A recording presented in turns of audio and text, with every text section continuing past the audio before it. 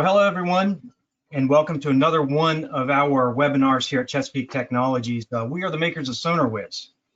My name is Brian Bradley, and I'm one of the members of the support team here at Chesapeake. And today we're going to be discussing the latest magnetometer that's coming out by Geometrics, and that's going to be the Mag Element. So we're going to discuss our partnership with Geometrics and SonarWiz.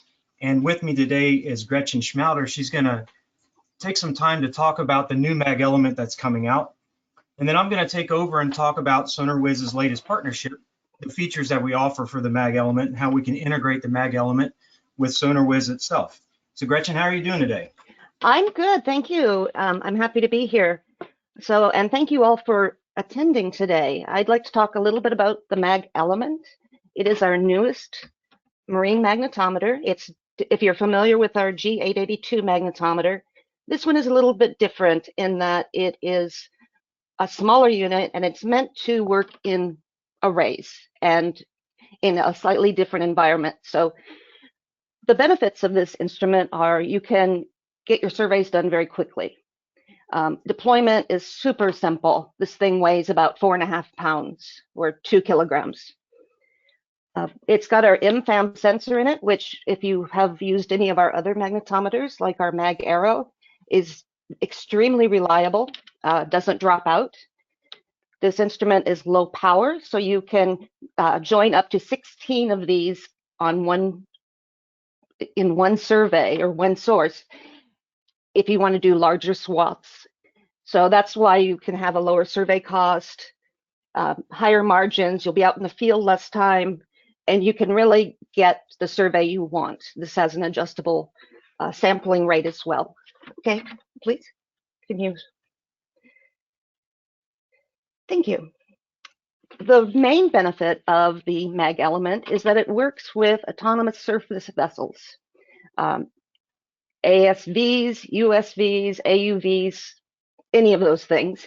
It has super low power, so when it draws its power from the vessel, you're not depleting your batteries very quickly. It works great in shallow waters where sometimes the Mag or the G882 might be a little bit big or heavy for your boat or get stuck up in the weeds. This works great in shallow ponds, shallow water, and it also can be used with some of your other surveying equipment, like multi-beam, LiDAR, side scan, and SonarWiz has software for all of those kinds of surveys. So you can perform multiple surveys during the same survey line. Okay. Here you can see the Mag Element on an autonomous surface vehicle. They're the white rods looking things on each side of it. This is a simple gradiometer survey, and we took it out to test and it worked great. This had the sensors were 0.5 meter from the AUV. We didn't have any kind of noise issues, interference. The sensors worked really well. You can see the data from that survey here. Obviously, this was a test range, so we knew where the targets were. But we were really pleased, and people who've used this and the tests are very pleased. So we're here because we are working with SonarWiz to try and take their software and our instrument and make a really great product that will allow you to do all your work, everything you need to do quickly and easily. So if you're already a SonarWiz customer or already a Geometrics customer, you probably know how easy it is to use our instruments and how reliable, or the instruments are so reliable and the software is easier to use. So it's a great combination. So thank you.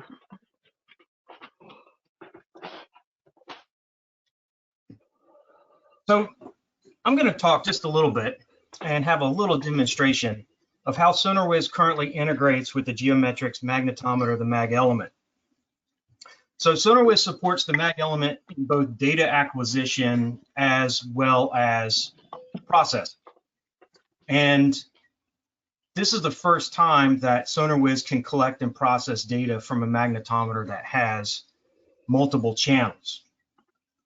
So right now, SonarWiz supports up to 4 channels from the Mag element in both data collection and process. So previously, and if you're using any other magnetometers, we only support 1 channel for collection and processing.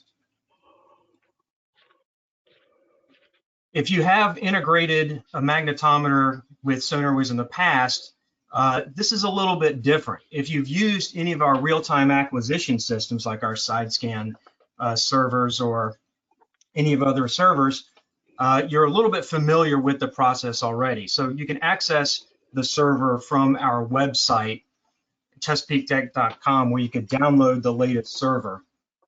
If you have the data acquisition module for licensing added to your SonarWiz license, then you're already set up to use the Mag Element server if you have the magnetometer option added. When you receive a magnetometer, the Geometrics Mag Element magnetometer, you will receive a SonarWiz license. The license, I believe, is good for 30 days, and if you want to continue using SonarWiz, we can help you out with that. That's correct. So our yes, servers, 30 days. 30 days, thank you. So our servers look pretty similar. The Mag Element server looks pretty similar to our other servers. It's very simple to use and integrate. And you could, of course, you could download this from our website. As far as processing, when SonarWiz is set up to process data, it's really the same as it's always been. We have a new template to bring in a specific file type. When you run the server, the Mag Element server, and you collect data, the data is stored in a new file format. That's the CMB file. It's a binary file, so in this case, that file, the CMB, even though it's written by SonarWiz, if you're using another processing software, you can parse out this binary file in other processing softwares. But when you're collecting data using SonarWiz, it creates a CMB file.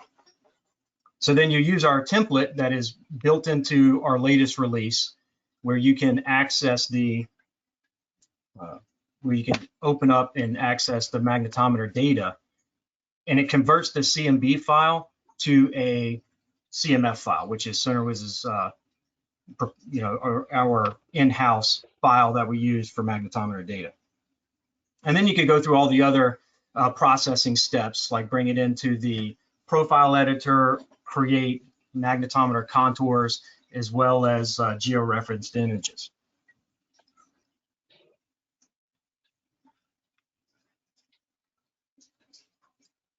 So I've got SonarWiz set up here, and what I'm doing is I'm running a simulator in the background here that simulates the Mag Element running on 4 channels. And I'm just going to go through a quick demonstration of how you could set SonarWiz up to receive that data, and then I'm going to show you how we can import that data into SonarWiz as well. So if you have the data acquisition option added to your SonarWiz license, you'll have this data acquisition tab here. And on this ribbon, we have this sonar button. And this opens up the sonar server interface window.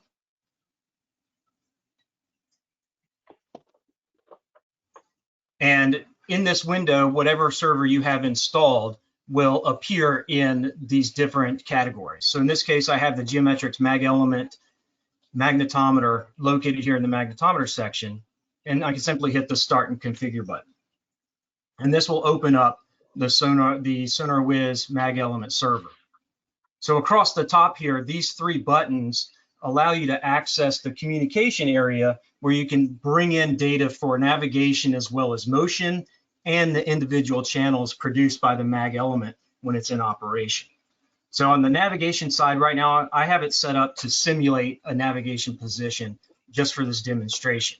But if you're bringing in data from a GPS or some other source for position, you have 2 options, a serial connection or an Ethernet connection. So right now I've got it set up to simulate, but you can choose NEMA 0183 and then choose your UDP port or a serial port. That's the same for the MRU as well, or any motion data that you have coming in. Now for the Mag Element itself, bringing in the readings from the sensors on the Mag Element, we don't use serial communication for the Mag Element. So each channel has its own, it's a lot of information. So each channel you're gonna have to set up individually. So in this case, I have it running all on my same computer. So I'm using the IP address of 127.0.0.1. But for each channel, I have a different port number. Now, if you're using a TCP setup, you would have an IP address for each channel.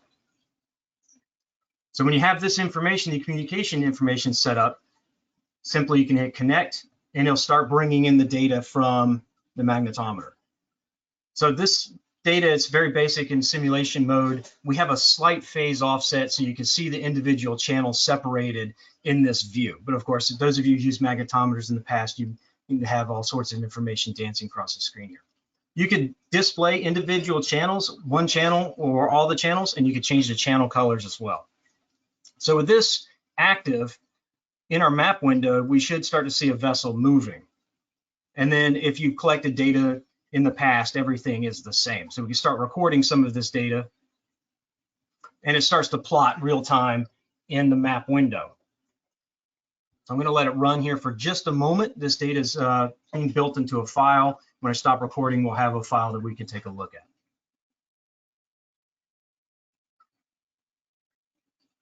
So that gives us one of two options, either the raw or the residual that we're looking at here in the map window, and we can set up our color scheme for that using the real-time mosaic option. I left something out. I'm going to run this just a little bit longer. I want to show you all that we have some sensor graphs where you can take a look at the data live as it's coming in from the magnetometer, and we also have a system information window where you can see this in a tabulation view along with GPS position and other options that you want to add to your data display window here, your system information window.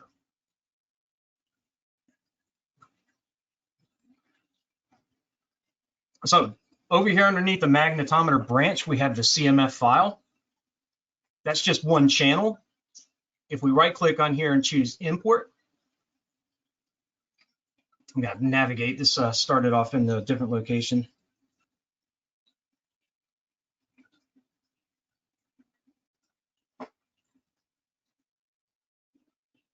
So in the mag folder here,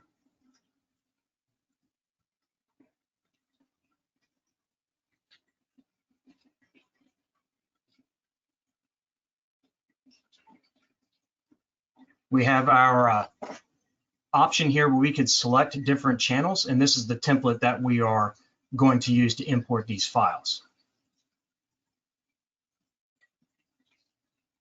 So when the files are imported, each channel is then created in its own CMF file.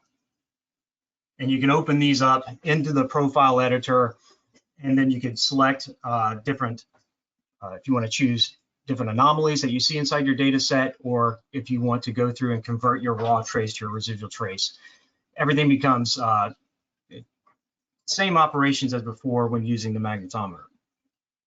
So that's how SonarWiz can collect the data from the Mag Element as well as process it. And then, as you have seen in the past, we have other options once you get the data inside SonarWiz where you could create three-dimensional images, you could create grids of the raw residual data, you can overlay this with your side scan data or bathymetry data, and then create three-dimensional images as well as geotiffs of the same data. So once the data is in SonarWiz, it's all the same tools are available.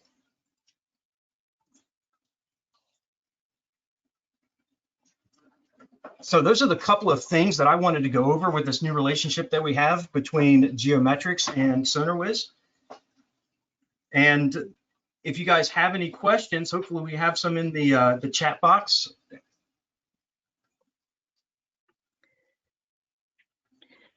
I also wanted to say that we're really excited to be linked with SonarWiz, and if you purchase a Mag Element, we are offering a 30-day free trial of SonarWiz. So you can work with it and see how you like it without any kind of commitment to purchasing a license. And we think it's a great way to be able to take your instrument out, use it right away, collect data right away. You don't have to worry about trying to find any other software. You've got it all right here. A streamlined workflow from collection to processing. Yes. We're trying to make things easier for our customers, simpler. That's kind of our company motto. All right. Oh, here, there is a question there.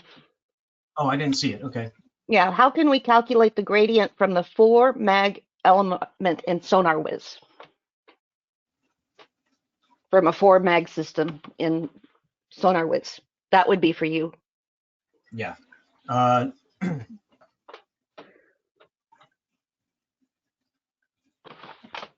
going to see if I can. David, are you on the call?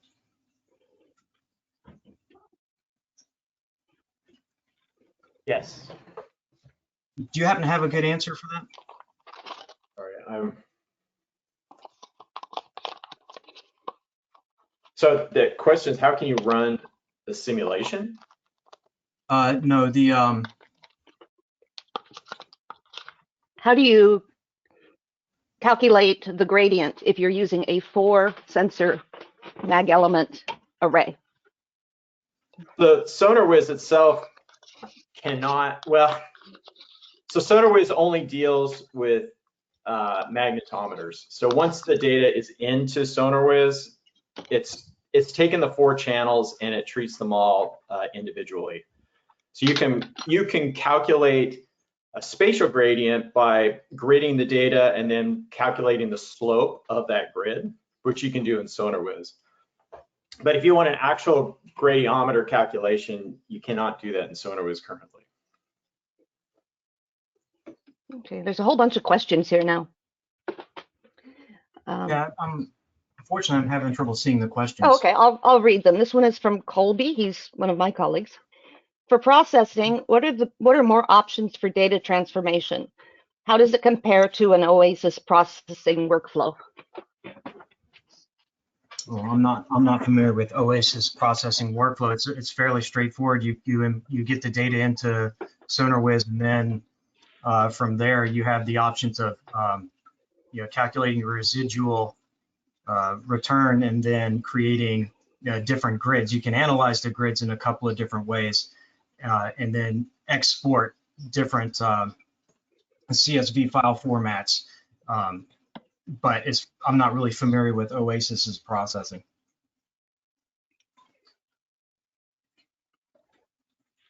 And Colby, I believe we have a license, so maybe we can work on that. Okay, this one is from Alvaro Manrique. Sorry, I'm having a hard time seeing the entire question. Okay, here we go. What is the penetration depth for the Mag Element? Okay, I'll take this one. The Mag Element or any kind of magnetometer doesn't give you a depth to an object. The magnetic field, the magnetic signal is based on the depth of the object and the size of the object.